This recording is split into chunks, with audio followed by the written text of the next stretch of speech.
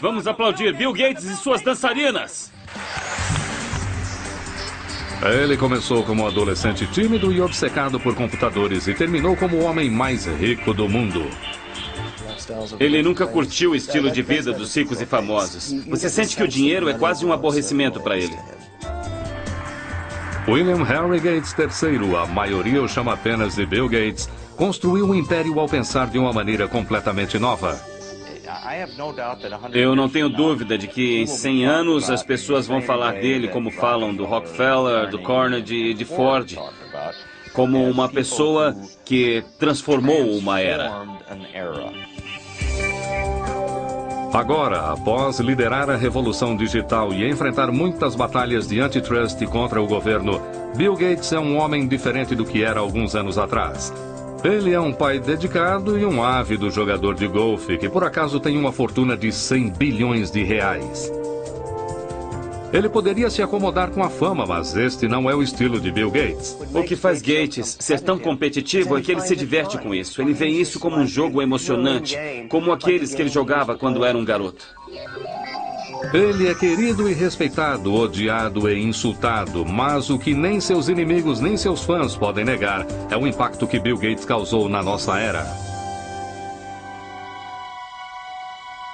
Os valores que fizeram de Bill Gates um dos titãs do mercado do século XX vêm de suas raízes do Noroeste. O bisavô de Bill Gates, J. W. Maxwell, fundou o First National Bank em Seattle. Os Maxwells faziam bom uso de seus privilégios e de sua posição social, mas nunca ostentaram sua riqueza. O seu filho Willard, que também era banqueiro, e a sua esposa Adele, apaixonada por jogos de cartas, estavam entre os maiores líderes civis de Seattle. A sua única filha, Mary, era uma garota cheia de vida e muito inteligente, que se tornou uma líder estudantil na Universidade de Washington. Atlética e sociável, às vezes chamavam Mary Maxwell de Sorriso. Seu entusiasmo e sua energia afetavam todos à sua volta. Geralmente há um pequeno grupo que está sempre no meio da ação. Mary era uma dessas. Mary não se deixava influenciar. Era direta, charmosa, mas profundamente determinada. Foi na universidade que Mary Maxwell conheceu e se apaixonou por um estudante quieto e estudioso, Bill Gates Jr., que se tornaria um dos advogados de maior sucesso de Seattle. Quando Bill e Mary se casaram em 1951, ela decidiu desistir da sua carreira de professora para cuidar de sua família e dedicar mais tempo à caridade. O primeiro dos 3 filhos de Gates, Christy, nasceu em 1953. Depois dela veio seu irmão, Bill Gates III, nascido em 28 de outubro de 1955. Ele recebeu o apelido de Trinca.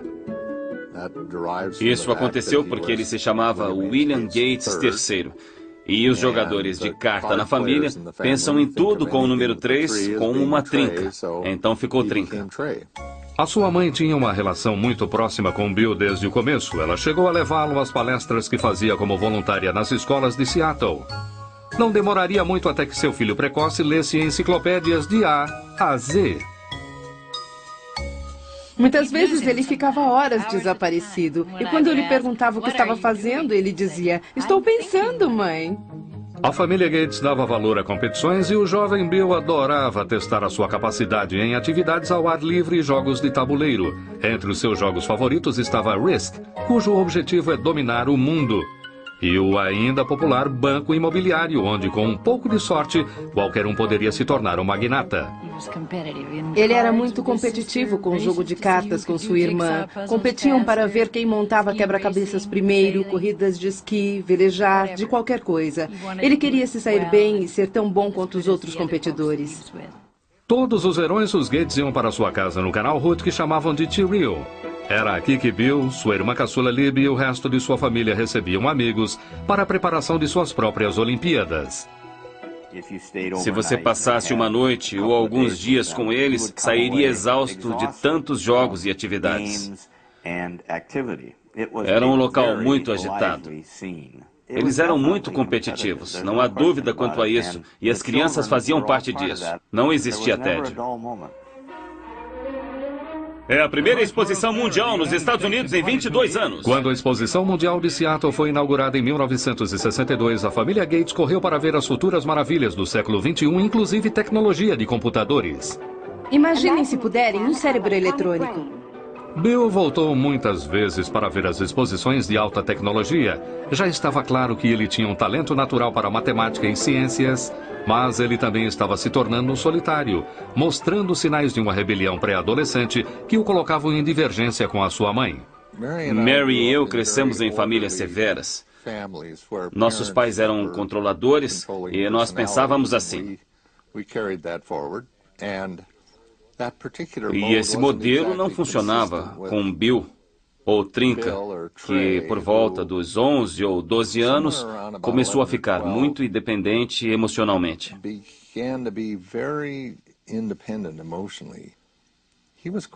Ele queria decidir sozinho o que iria e não iria fazer.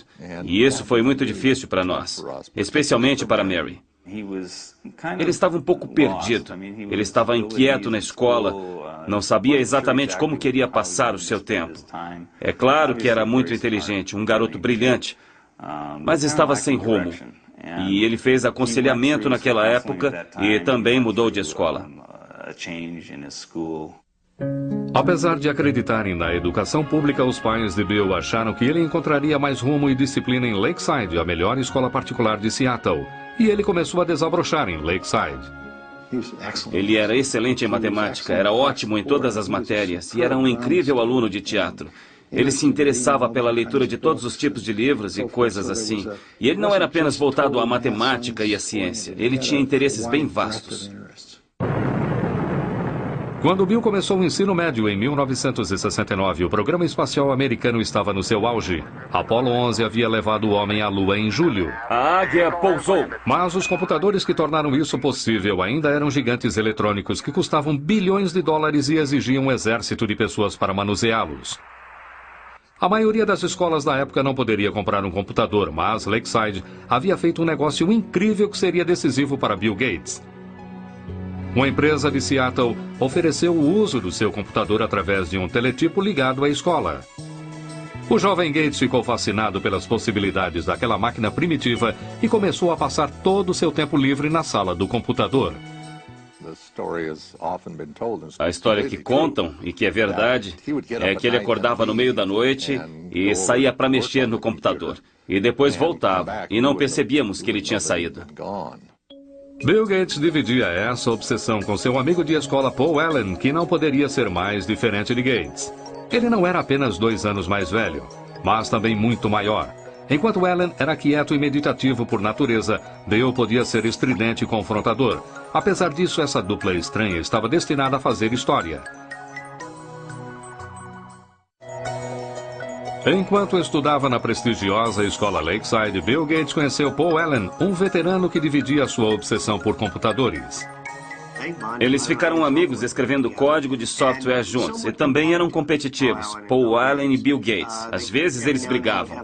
Em uma ocasião, Paul Allen expulsou o Bill Gates, que era um pouco mais novo, do grupo que tinham para escrita de código de software. Mas depois percebeu que não conseguiria fazer sem ele e Gates disse: "Estou feliz por ter voltado, mas agora estou no comando." Em 1970, quando Bill tinha apenas 15 anos, ele e Paul Allen entraram no mercado juntos. Os dois garotos lucraram R$40 mil com o Traffic Data, um programa de computador que criaram para medir o volume de tráfego da cidade de Seattle. Apesar de Bill ter a vantagem do dinheiro de sua família, ele estava determinado desde o começo a fazer a sua própria fortuna. O pai de um dos amigos do Bill dizia que ele tinha um bom olfato para dinheiro. Mesmo quando era criança, ele sabia o valor de um contrato. Ele tinha até um contrato para usar a luva de beisebol de sua irmã mais velha, que estava assinado como um documento legal. No verão de 1972, aos 17 anos, Bill foi para Washington, D.C. para trabalhar como um mensageiro do Senado. Esse contato com políticos e governadores lhe seria útil no futuro. Quando voltou para casa, naquele outono, ele tirou licença da escola, quando ele e Paul Allen conseguiram seu primeiro trabalho para uma empresa de computadores. Eles começaram a falar em abrir a sua própria empresa, mas os Gates insistiam que seu filho terminasse o ensino médio e fizesse uma faculdade. A mãe dele se preocupava por ele não ser muito atirado socialmente. Bom, talvez ele fosse, mas ele tinha outras coisas em mente. E ele não era rude, não era grosseiro. Ele só seguia um caminho diferente. Mas sua genialidade tinha outros planos. Bill se formou em Lakeside em 1973 e seus pais receberam com orgulho a sua aceitação na Universidade de Harvard. Assim, ele deixou Seattle e foi para o leste, para Cambridge, em Massachusetts. Como calouro em Harvard, ele chegou a pensar em se preparar para uma carreira no direito, mas nenhum curso inspirava tanto a sua imaginação quanto seu trabalho com computadores. Bill era uma pessoa muito determinada a fazer aquilo que lhe interessava fazer. Aquilo que não lhe interessava muito, que normalmente incluía as suas matérias acadêmicas, ele tendia a levar adiante e passar apenas com talento. Eu lembro que havia um curso de introdução à literatura grega e, se me lembro bem, ele não havia feito nenhum trabalho dessa matéria o ano inteiro. Ele ficou acordado na noite anterior à prova, dormiu durante uma parte do exame e ainda assim tirou B. Não é muito surpreendente que Gates tenha dormido durante o exame. Entre as suas aulas e o tempo que passava no Centro de Informática de Harvard, ele parecia estar ligado 24 horas por dia. Ele sempre foi muito focado no que estava fazendo.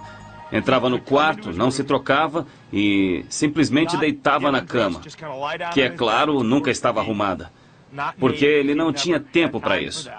Ele dormia com a porta aberta, todo vestido, deitava e dormia. E quando estava descansado, já estava de volta à ativa para o próximo passo. Bill descansou o suficiente para fazer grandes amizades em Harvard, mas a vida social não era sua prioridade. Ele namorava muito pouco, com níveis de sucesso variáveis.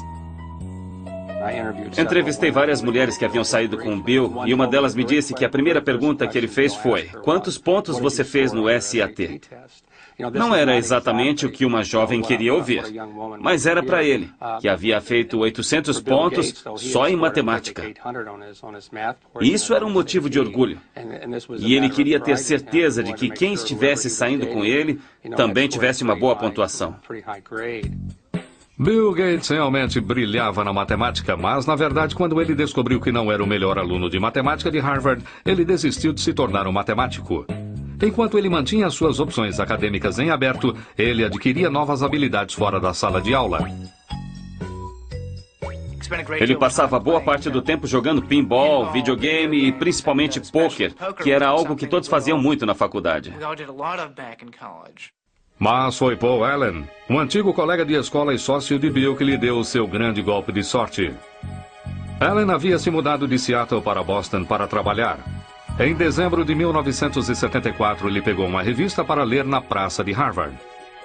A capa da Popular Electronics anunciava a chegada do primeiro microcomputador do mundo, o Altair 8800. Ele correu para mostrar a notícia a Bill. Gates e Allen souberam naquele dia que o computador pessoal chegou para ficar. Eles viram que aquilo teria muito poder e uma dinâmica incrível para a sociedade e reconheceram o momento. O Altair foi criado por uma pequena empresa em Albuquerque, no Novo México, não muito longe do antigo campo de teste atômico de Alamogordo. Ed Roberts, que comandava a empresa, procurava por alguém que criasse um software que rodasse no seu pequeno e exclusivo computador.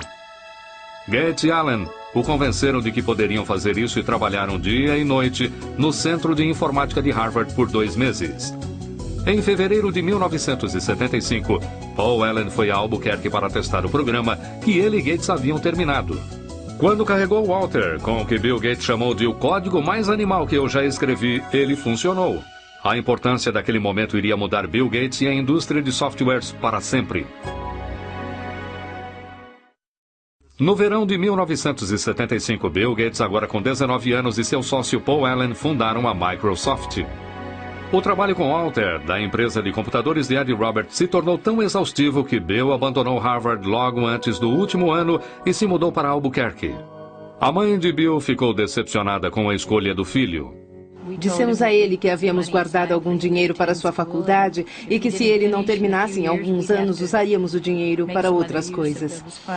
Naquele momento, ele nos assegurou que ficaria bem, que pagaria ele mesmo a faculdade, caso quisesse voltar. Bill tinha certeza de ter feito a escolha certa, mas ganhar a vida com softwares não seria fácil. O cenário do computador pessoal daquela época era de usuários que queriam dividir novas informações e softwares sem ter que pagar por isso. Foi um assunto que colocou Bill em discussão com seus colegas.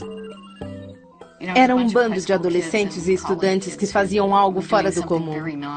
E Bill não era muito popular, porque ele dizia: "Ei, pessoal, não roubem essas coisas. Nós criamos isso, é nosso." Ele era um homem de negócios no meio de um monte de nerds e hackers. Na verdade, Bill Gates chegou a escrever uma carta aos apaixonados por computadores criticando por terem feito cópias do programa da Microsoft. Ele disse: "Como a maioria dos que usam computadores deve saber, muitos de vocês roubam softwares. O hardware deve ser pago, mas o software deve ser dividido. Quem liga se as pessoas que trabalharam nisso serão pagas? Isso é justo? Mas aqueles que nos foram delatados perderão no final." Ele era visto como uma espécie de traidor e foi uma mudança, uma ética diferente da que prevalecia na época. Mas eu não sei se a indústria de softwares teria se desenvolvido como fez se alguém não tivesse se prontificado a dizer o que precisava ser dito. Bill também estava em guerra com Ed Roberts, que o considerava mimado e insolente.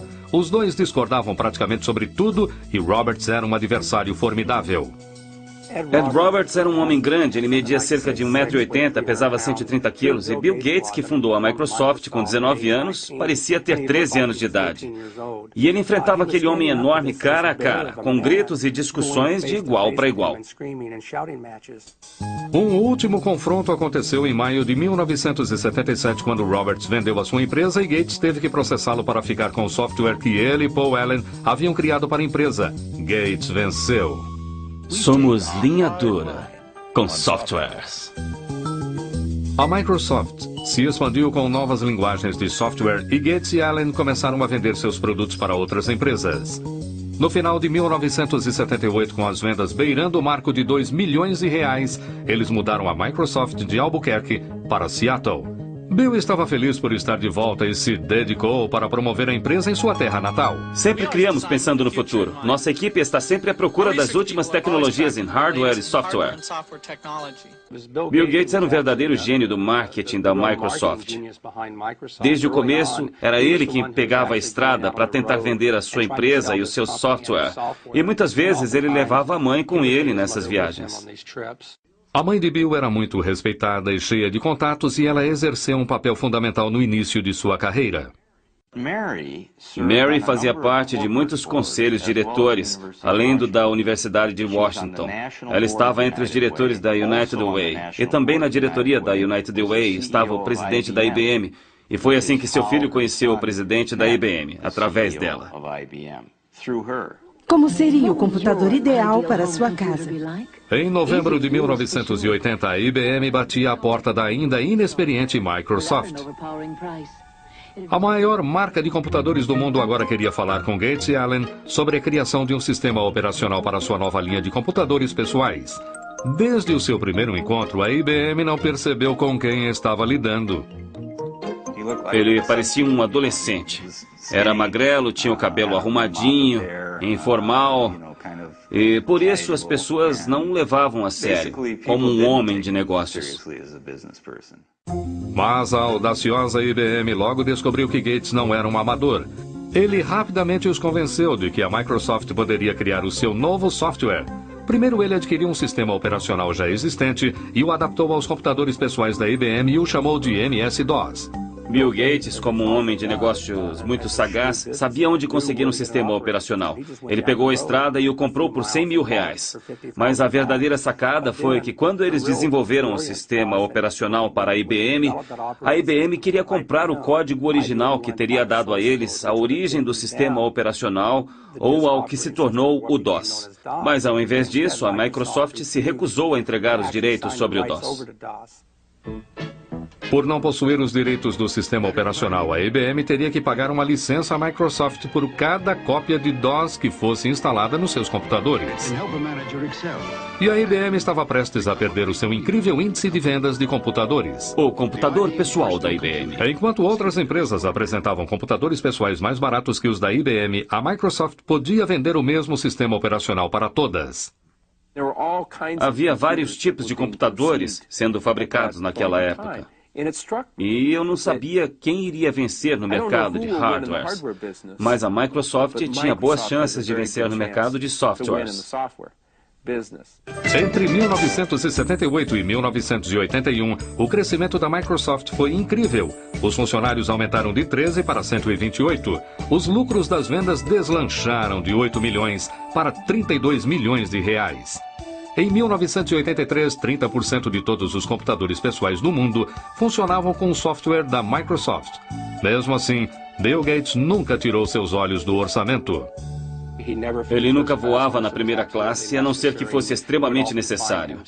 Era comum vê-lo na classe econômica com um cobertor sobre a cabeça, tentando dormir. Os seus pais lhe ensinaram muito bem, desde o começo, o valor do dinheiro e do trabalho pesado, e isso refletiu mais tarde na sua vida. Não apenas na maneira como comandava a sua vida pessoal, mas a Microsoft. O meu nome é Bill Gates, eu sou presidente da Microsoft. O começo dos anos 80 foi uma época excitante para essa indústria comandada em geral por pessoas com menos de 30 anos. A Microsoft começou a criar softwares para empresas inovadoras, como a Apple e o seu guru Steve Jobs. O seu computador e software Macintosh foram considerados por muitos como os mais geniais da indústria e como um marco para o futuro. Para se criar um novo padrão, é preciso de algo muito inovador e que capte a imaginação das pessoas. E o Macintosh, de todas as máquinas que eu já vi, é o único que alcança esse padrão. Mas logo, Microsoft e Apple travariam uma batalha sobre os direitos da próxima geração de softwares. Bill Gates também estava prestes a receber notícias que abalariam a Microsoft em sua base.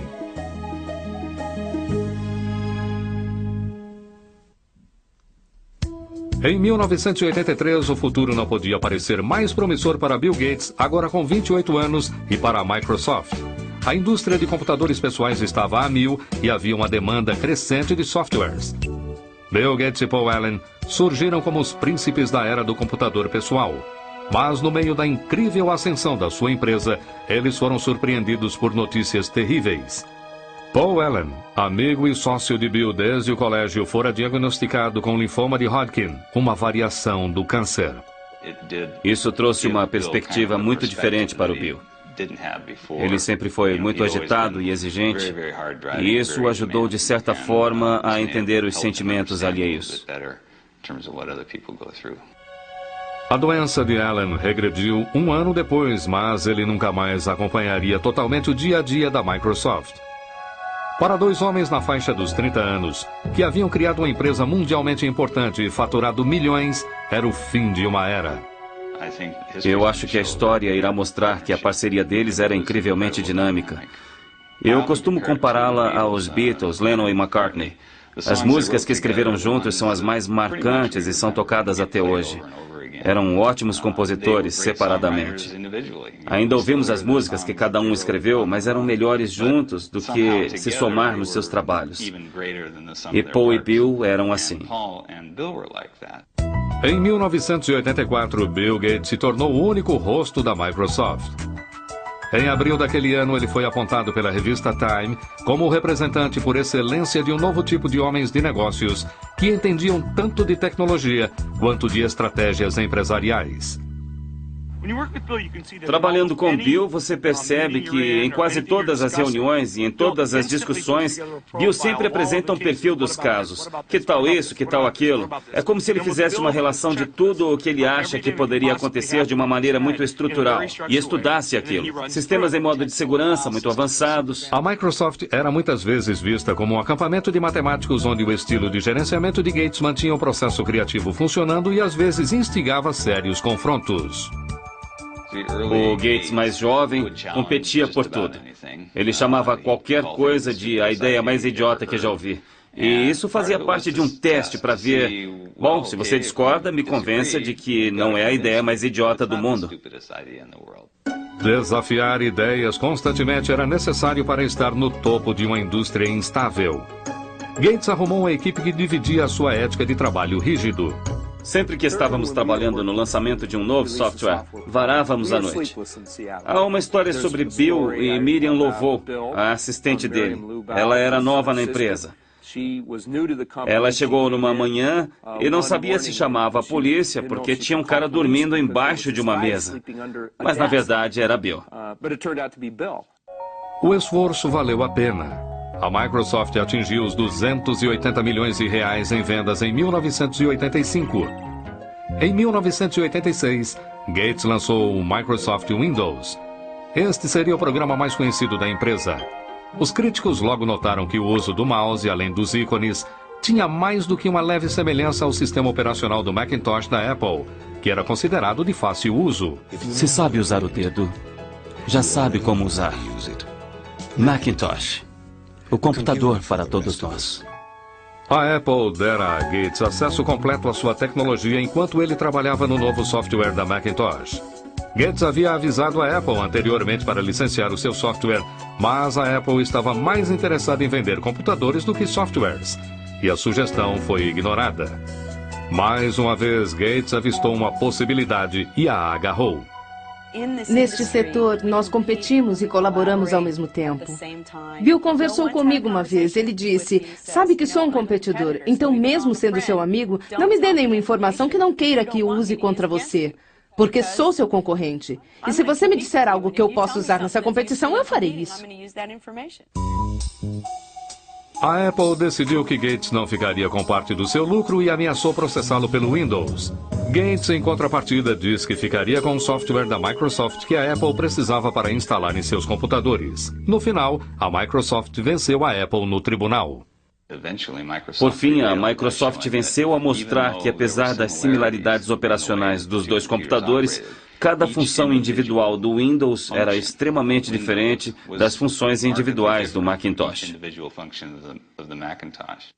Apesar de a primeira versão do Windows estar longe da perfeição, trouxe uma nova base financeira e criativa à Microsoft. Em 1986, Bill Gates abriu as ações da empresa. Ele possuía 45% das ações, o que fez dele um bilionário aos 31 anos. Ainda assim, Gates nunca se sentiu seguro sobre a posição de sua empresa. Ele não queria falhar. E quando você tem essa preocupação, quando você está sempre de olho no seu retrovisor para ver quem está tentando sabotar a Microsoft, num certo dia isso o consumiu. E isso, sem dúvida, fez dele o ser humano mais competitivo da indústria de computadores pessoais. E ele é guiado por uma energia incandescente. Gates também ganhava a reputação de ser cruel e algumas forças poderosas começaram a se colocar contra ele. Agora que os PCs haviam decolado, a IBM havia decidido modificar o seu sistema operacional para substituir o DOS, que era licenciado à Microsoft. Ele foi chamado de OS/2. Estávamos preocupados em saber se aguentaríamos o baque, por assim dizer, ainda mais por ser uma verdadeira pancada. A IBM era uma empresa muito poderosa, com muitas equipes de software, com muito dinheiro e com muito potencial para tirar a Microsoft do mercado operacional. Ironicamente, a Microsoft teve o seu papel no desenvolvimento do OS/2, mas Bill Gates não pensava em desistir do seu próprio software. Ele decidiu arriscar a fortuna da sua empresa e a sua própria reputação com o software Windows, para que a sua equipe continuasse a trabalhar, mesmo que isso significasse perder a IBM, o seu maior cliente. Em 22 de maio de 1990, a Microsoft lançou o Windows 3.0.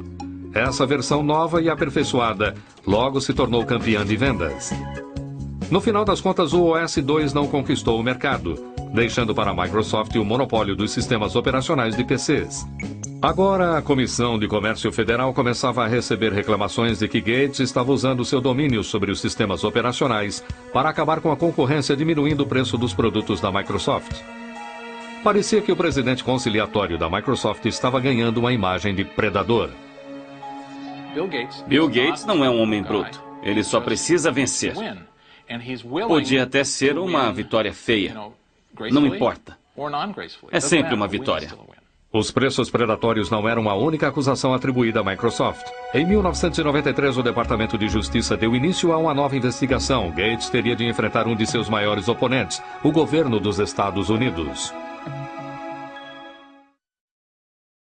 Em 1993, Bill Gates e a Microsoft estavam mais uma vez sob investigação pelo Departamento de Justiça americano. Eles avaliavam queixas de que a Microsoft estaria cobrando as licenças das marcas de computadores com base no número de computadores vendidos, incluindo aqueles que não utilizavam o software Windows. Eles fizeram com que os fabricantes de computadores pagassem pelo software da Microsoft, mesmo que não fossem instalados em seus computadores.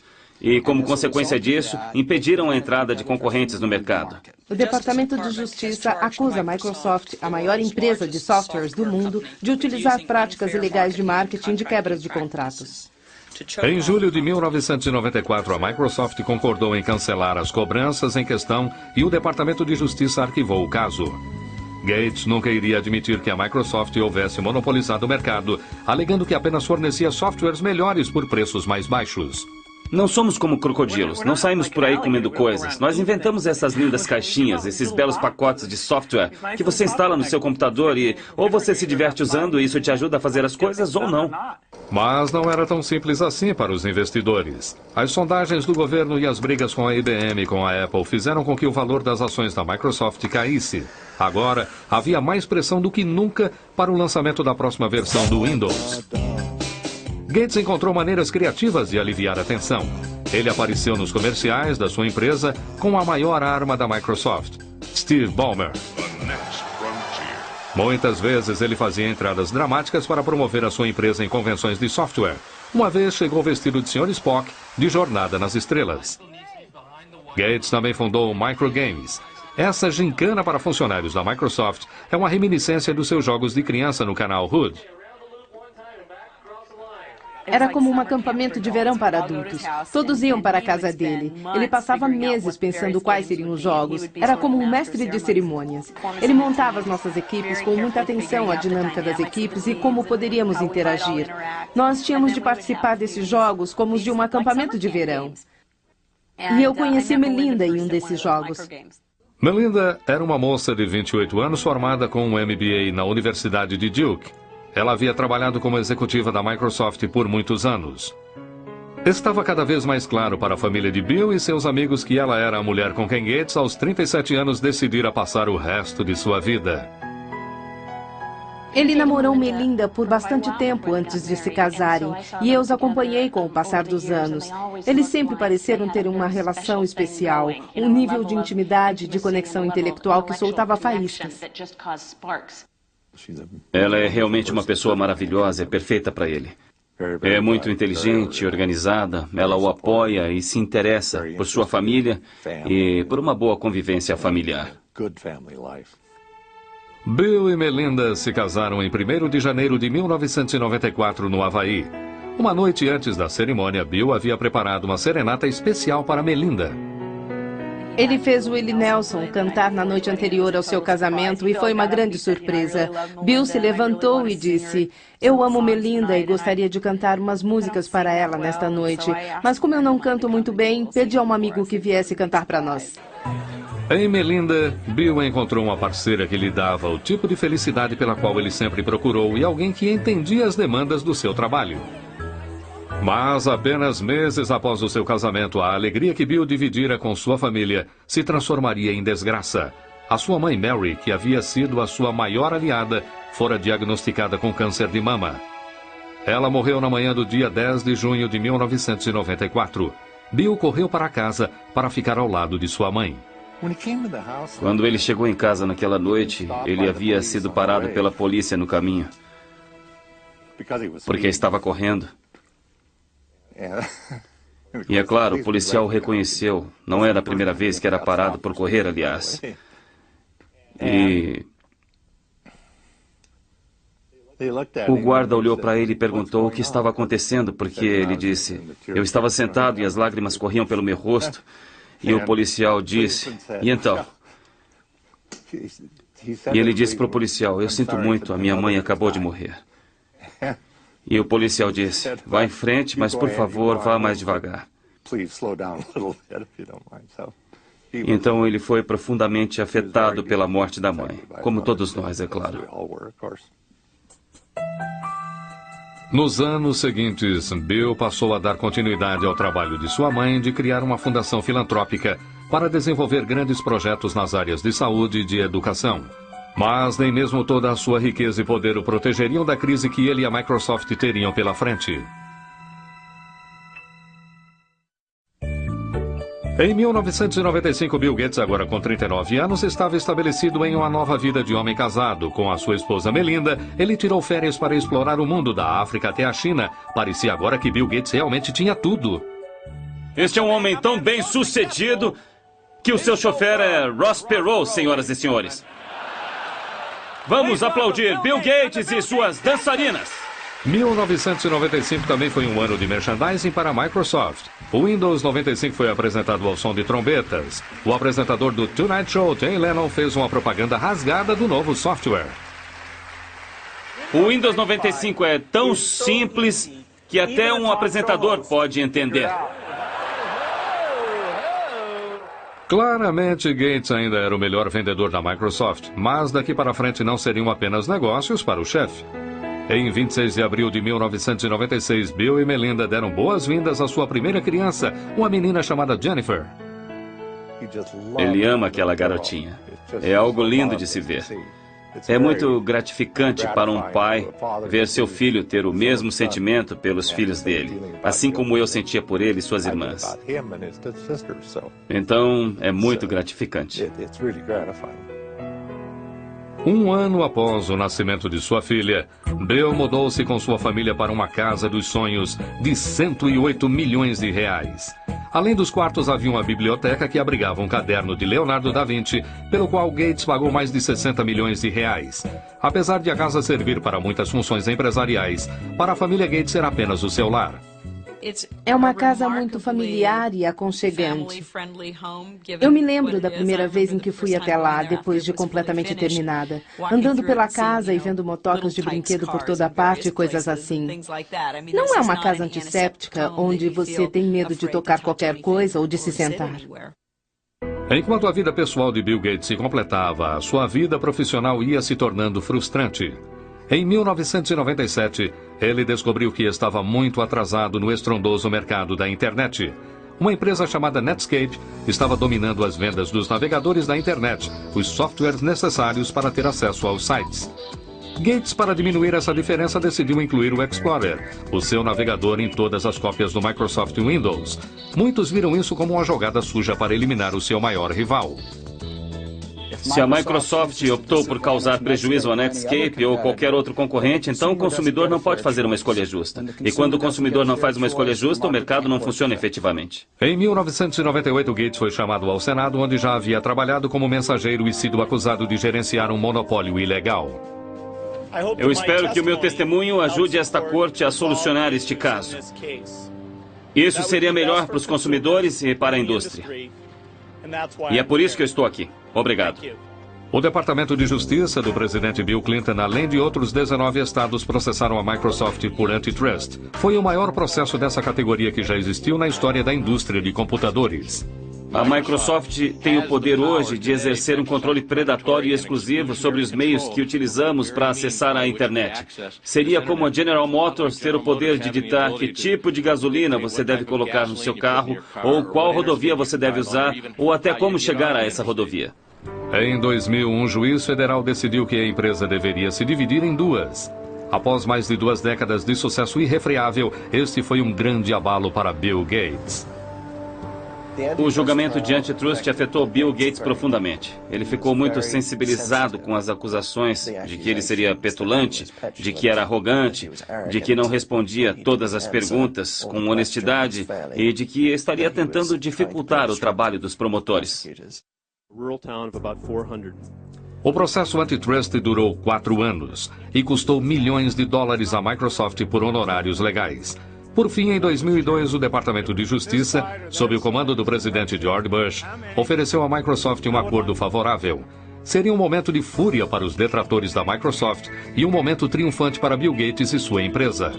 Durante o processo por antitrust, Bill Gates surpreendeu a todos ao deixar o cargo de presidente da Microsoft e se dividir entre a presidência e o cargo de arquiteto-chefe de softwares. A vaga de presidente ficou para o seu velho amigo de Harvard, Steve Ballmer. Eles eram velhos amigos e Gates realmente só queria ser o homem das ideias. Ele queria dar um passo para trás. E foi isso que ele fez. E isso funciona muito bem hoje. Foi difícil para ele abandonar a sua cria, mas ele se acostumou. Na última década, Bill Gates esteve em uma missão: dividir a sua riqueza. Em 2000, ele abriu a Fundação Bill e Melinda Gates, que gasta centenas de milhões de reais todos os anos com computadores, vacinas e medicamentos para os mais necessitados. Os mundos dos ricos e dos pobres são muito separados. A conscientização da crise da AIDS e das intervenções efetivas que podem ser tomadas é muito defasada. Chegou a hora de mudarmos tudo isso. Ele já disse publicamente que não deixará sua vasta fortuna para seus filhos. O que o Bill Gates disse é que irá doar, antes da sua morte, 90% da sua fortuna. Bill Gates se tornou um ícone mundial. O seu segundo livro, A Empresa na Velocidade do Pensamento, foi publicado em 25 idiomas e está disponível em mais de 60 países. Em 2004, a revista Forbes o classificou como a pessoa mais rica do mundo pelo 11º ano consecutivo. O seu patrimônio líquido de 100 bilhões de reais lhe proporciona algum tempo para se divertir, mas não muito. A indústria está sempre mudando. É o jogo perfeito, porque nunca tem fim. Você não pode sentar e relaxar. Apesar de tudo, William Henry Gates III se manteve o mesmo competidor de sempre. Pensando no futuro, esse visionário investe muito de sua energia em expandir a Microsoft para territórios globais, como o Oriente Médio e a China. Enquanto isso, Gates e a Microsoft estão focados em aperfeiçoar o seu software para combater vírus e spams. Dizem que o próprio Gates recebe 4 milhões de e-mails de spams todos os dias. Independente de como será lembrado, um barão da indústria, um filantropo ou simplesmente como o cara que tirou as maiores vantagens, ninguém pode negar que ele mudou a maneira como o mundo opera e se diverte. Quando os biógrafos e historiadores se voltarem à história do século XX, Bill Gates irá aparecer como o melhor homem de negócios do nosso século e a Microsoft como uma das melhores empresas do século XX. É impressionante o que essa empresa foi capaz de fazer em tão pouco tempo. Esta é uma das maiores histórias de sucesso do século XX. Distribuição Logon Editora. Versão brasileira.